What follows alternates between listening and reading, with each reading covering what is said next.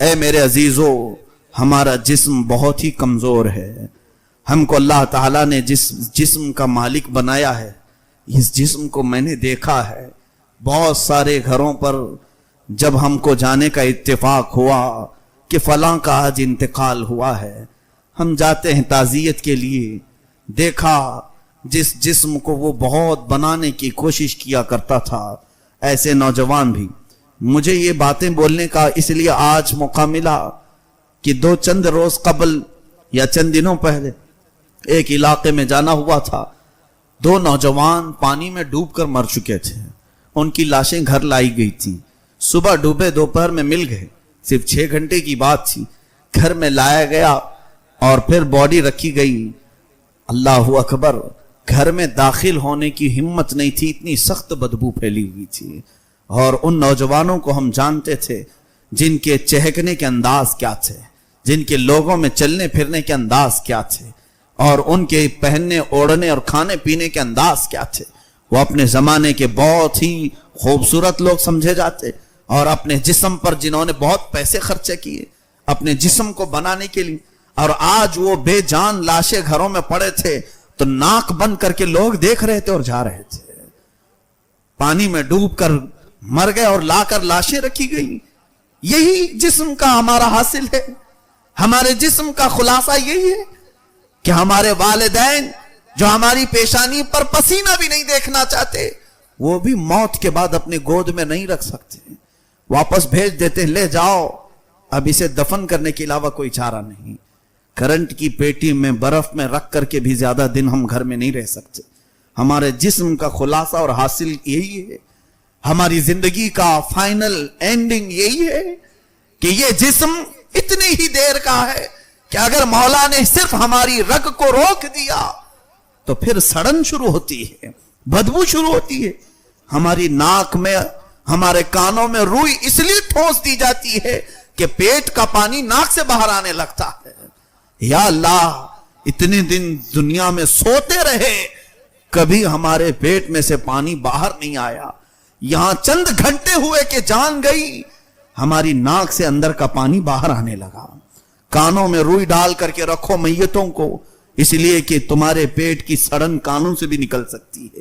ناک سے نکلتے ہوئے تو دیکھا ہے، منہ سے نکلتے ہوئے دیکھا ہے، اور اسی لیے کہا گیا جلدی اسے قبرستان کے حوالے کرو کہ اور زیادہ شرمندہ نہ ہونے پائے، اور زیادہ یہ موتا رسوا ہونے نہ پائے.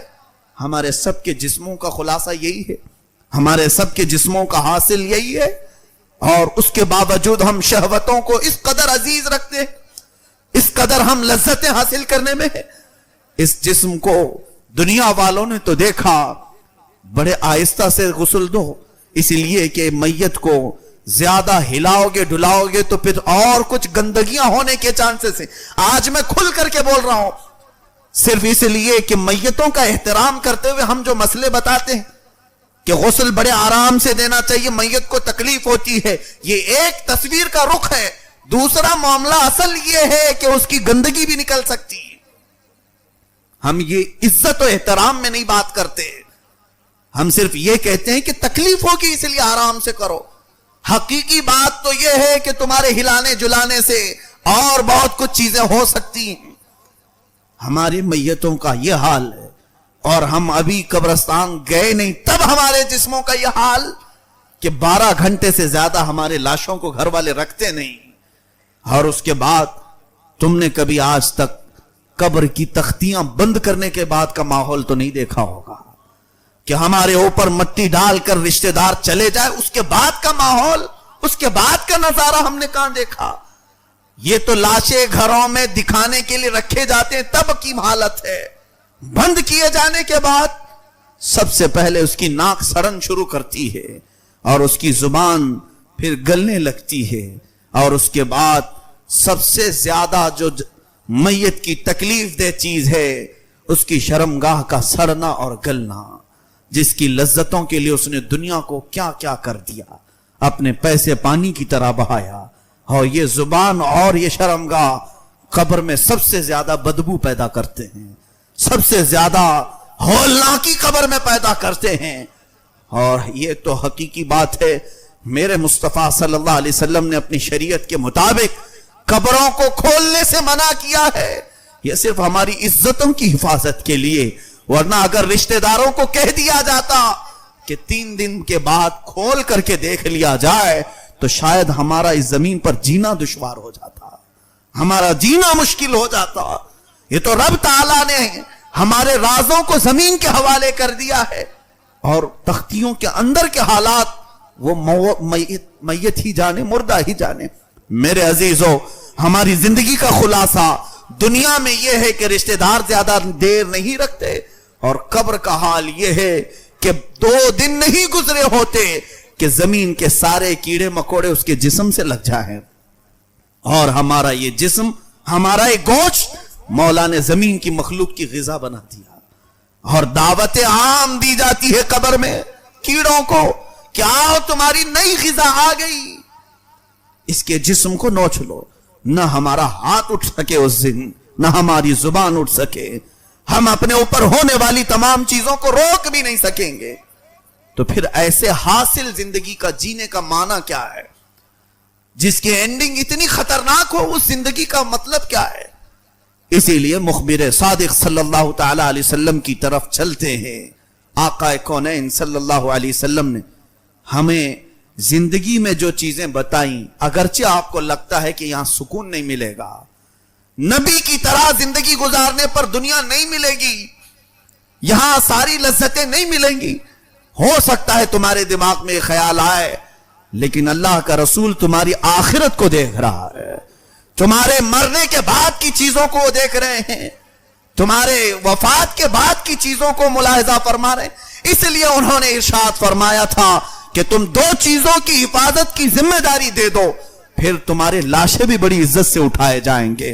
اور اس کے بعد قبر میں جانے کا حال تو یہ ہے کہ حدیث پاک میں ہے، ایک میت ایسی آتی ہے کہ اس کا جنازہ گھر سے اٹھا ہوتا ہے، اور قبرستان کے سارے مردے اس کے استقبال میں کھڑے ہو جاتے ہیں، اور اللہ کی بارگاہ میں دعا کرتے ہیں کہ مولا اس نئے آنے والے مردے کو ہمارا پڑوسی بنا دے، اس لیے کہ اس کے آنے سے آج تیری رحمتوں کے جو دروازے کھلیں گے ہم بھی اس بارش میں نہا لیں گے۔ یہ مردے اس کا استقبال کرتے ہیں۔ ایک جنازہ ایسا بھی اٹھتا ہے محلے سے کہ اہل قبور، قبرستان والے پناہ مانگنے لگتے ہیں کہ اے رب اس جنازے کے قبرستان کے دروازے میں آنے سے پہلے اسے ہلاک کر دے، کہیں گرا دے کہ آج وہ آئے گا اور اس پر تیرے عذاب کے جو دروازے کھلیں گے اس سے پورے اہل قبور بے چین ہو جائیں گے، اور نئے نئے عذابات اسے دیکھتے ہی قبرستان والے پریشان ہوں گے۔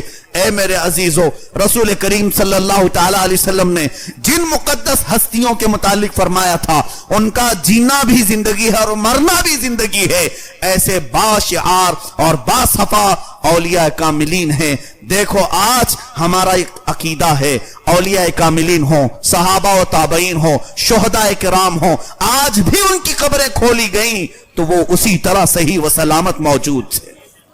1-2 نہیں، بے شمار واقعات ہیں۔ بغداد مقدس میں دریائے دجلہ کے کنارے 2 صحابہ آرام فرما تھے، حضرت عبداللہ بن جابر رضی اللہ عنہ، حضرت حذیفہ بن یمان رضی اللہ تعالیٰ عنہ، یہ حضور کے ساتھیوں میں، صحابہ میں سے ہیں۔ سن 1935 کی بات کر رہا ہوں، زیادہ دور نہیں، ابھی پچھلی سینچری جو گزری ہے، 1935 میں اس دریائے دجلہ کے کنارے آرام فرما دونوں صحابہ کئی مشائخ علماء اور مفتیان کرام کے خوابوں میں تشریف لانے لگے، اور انہوں نے کہا کہ دریا کا پانی ہماری قبروں میں آ رہا ہے اور ہمیں یہاں سے نکالا جائے۔ سارے علماء نے اتفاق کے ساتھ، پھر حج کا موسم تھا، شاہ فیصل کا زمانہ تھا، اس زمانے میں قبروں کو کھودا گیا۔ اللہ اللہ، وہاں کے اخبار کے تراشے آج بھی میں نے بغداد میں دیکھے ہیں، وہاں اخبار میں جو اس وقت چھپا تھا، ان دونوں صحابہ کو جب نکالا گیا، موجود مشائخ کہتے ہیں ان کی پیشانی پر ہم نے ہاتھ رکھی تو خون ایسے سرک جاتا تھا جیسے زندوں کا سرکتا ہے، وہ ایسے ہی تر و تازہ۔ 1400 سال گزرے، اور ان کو اٹھایا گیا تو دریائے دجلہ کے کنارے خوشبوؤں سے پورا ماحول مہک اٹھا اور جنازے وہاں سے لے جائے گئے اور لاکھوں کا مجمع جمع تھا. اور مدائن جو بغداد سے تقریباً 35-40 کلومیٹر کے فاصلے پر ہے وہاں لے جا کر حضرت سیدنا سلمان فارسی رضی اللہ تعالیٰ عنہ کے پڑوس میں دفن کیا گیا. یہ صحابہ ایسے بے شمار ہم نے دیکھے ہیں جن کا دنیا میں رہنا بھی لوگوں کے لیے خیر و برکت تھا، اور قبر میں جانے کے بعد بھی مولا نے ان کے جسموں کو چونٹیاں، مکھیاں یا کوئی بھی چیز چھونے بھی نہیں دیا. ان کے جسموں کی جب مولا نے یہاں حفاظت کی تو ہمیں یہ یقین ہے کہ قیامت کے دن بھی وہ عزت سے اٹھائے جائیں گے. کیوں نہ وہ زندگی گزاری جائے کہ ہم اپنی شہوتوں کے پجاری ہو کر، پرستار ہو کر ساری لذتوں کو حاصل کرنے کے لیے اپنے جسم کا داؤ لگا دیا. عزتوں کی ہم نے کیا کیا بکھیاں ادھیڑ دی، اور اس کے بعد ہماری حالت آج ایسی کہ لوگ ہمیں سلام کرنے سے کترائیں. اللہ اکبر. چند دنوں قبل ہم جس جنازے کو ابھی کندھا دے کر کے آ رہے ہیں، تاج الاسلام والمسلمین حضور سیدی تاج الشریعہ رحمت اللہ تعالی علیہ وارث علوم اعلی حضرت فاضل بریلوی کا ایک سچا جانشین جو اس دنیا سے ابھی رخصت ہوا، اور ان کی زندگی کو ہم نے دیکھا. لاکھوں پروانے بنا کر کے ایک شمع گئی ہے، اور ایسے کہ ہزاروں کو توبہ کرنے پر آپ نے ایسا اپنی زندگی کا ماحول بنایا تھا کہ لوگ چہرہ دیکھ کر توبہ کر لیا کرتے تھے. ان کی زندگی کی تفصیلات آپ نے سن لی، مگر فقیر ان کے جنازے میں حاضر رہا. جمعہ کے دن شام میں 7-7:30 بجے کے قریب آپ کی روح قبض انصری سے پرواز کر گئی. جمعہ کے دن شام 7:30 بجے کے قریب. اس کے بعد سے لے کر سنیچر کا دن گزرا، پھر پورا دن، پھر سنیچر جمعہ کی رات، سنیچر کی رات، سنیچر کا دن اور اتوار کا دن، تقریباً 40 گھنٹے اس مقدس لاشے کو گھر میں رکھا گیا. اس جسم میں کوئی ٹس سے مس چیز نہیں ہوئی. یہ الحمدللہ ہم نے دیکھا. چہرہ ویسے ہی جلال اور جمال کا سنگم نظر آ رہا تھا، اور لوگ بے تحاشا اس چہرے کو دیکھنے کے لیے ٹوٹ پڑ رہے تھے. 40 گھنٹے کے بعد جس وقت جنازہ اٹھایا گیا تو جسم ایسے ہی ہل رہا تھا جیسے زندوں کا ہلتا ہے. یعنی مرنے کے بعد تو بدن کڑک ہو جاتا ہے، ٹائٹ ہو جاتا ہے، کسی کا جسم مردے کا ہلتا نہیں. لیکن جس وقت جنازے کو ہم اٹھائے تھے تو پورا جسم ان کا جس طرح ملائم تھا، ہاتھ کی چمڑیاں، پیٹ کی چمڑیاں تھوڑے سے گاڑی کے دھڑکے سے ویسی ہی ہل رہی تھی جیسے کوئی زندہ سویا ہوا اور ہل رہا ہو. یہ اللہ والوں کی زندگی ہے جنہوں نے اپنی زندگی کو اشرف المخلوقات کے اس مصداق بنایا جس کے متعلق میرے مولا نے فرمایا وَلَقَدْ كَرَّمْنَا بَنِي آدم، ہم نے آدم کی اولاد کو تاج کرامت پہنایا ہے. یقیناً وہ زندگی میں تاج کرامت پہنے رہے، اور جس وقت جا رہے تھے اس وقت بھی تاج کرامت لے کر کے گئے. اور دنیا نے دیکھا کہ زندہ تھے تو کرامت کا تاج، موت کے بعد بھی کرامت کا تاج، اور جب تک آج ان کی محفلیں منعقد ہو رہی ہیں نام بھی تاج الاسلام اور تاج الشریعہ کے نام سے پکارا جاتا ہے. اللہ تعالیٰ ایسے بندوں کی زندگی کو ختم نہیں فرماتا. زندگیاں گزر جاتی ہیں، صدیاں بیت جاتی ہیں، لیکن ان کے نام قیامت تک باقی رہ جاتے ہیں. اے میرے عزیزو، آؤ مصطفیٰ کریم صلی اللہ علیہ وسلم کی حیات طیبہ میں ہی ہماری زندگی کا راز ہے. اگر ہم نے ان کی زندگی پاک سے ذرا برابر بھی گردش کی، منہ موڑا، تو پھر ہمارا وہی حشر ہوگا جو میں نے ابھی کہا. سڑا دیے جاؤ گے، ختم کر دیے جاؤ گے، عزتیں مار دی جائیں گی، لٹ جاؤ گے، اور پھر قبر و حشر کا حال کیا ہونا ہے یہ اللہ جانے. کامیابی کا راز علامہ اقبال نے ہمیں سچی بات کے طور پر یوں کہا تھا کہ محمد سے وفا چونے تو ہم تیرے ہیں، یہ جہاں چیز ہے کیا لوح و قلم تیرے ہیں. اٹھو قوت عشق سے ہر پست کو بالا کر دو. اے نوجوانوں اٹھو، قوت عشق سے ہر پست کو بالا کر دو، دہر میں نام محمد سے اجالا کر دو. نہیں تیرا نشیمن قصر سلطانی کے گنبد پر، تم شاہین ہو بسیرا کرو پہاڑوں کی چٹانوں پر. اللہ ہمیں پاکیزہ زندگی عطا فرمائے، حیا کی زندگی عطا فرمائے، ہم سب کو غلاظتوں اور رذالتوں سے محفوظ فرمائے. مولا ہماری زبانوں اور شرمگاہوں کی حفاظت نصیب فرمائے. قدیر و جبار خدا ہم سب کو برے ماحول اور بری آفتوں سے محفوظ فرما. اس پورے معاشرے کو مولا جس طرح تو نے ہم سب کی پیشانیوں کو اپنی بارگاہ میں جھکنے کے لیے قبول کیا، قدیر و جبار خدا ہمارے جسموں کو دوسری لذتوں سے نا آشنا کر دے. اے کریم خدا ہم سب کو جنت کے راستے پر چلا، دوزخ کے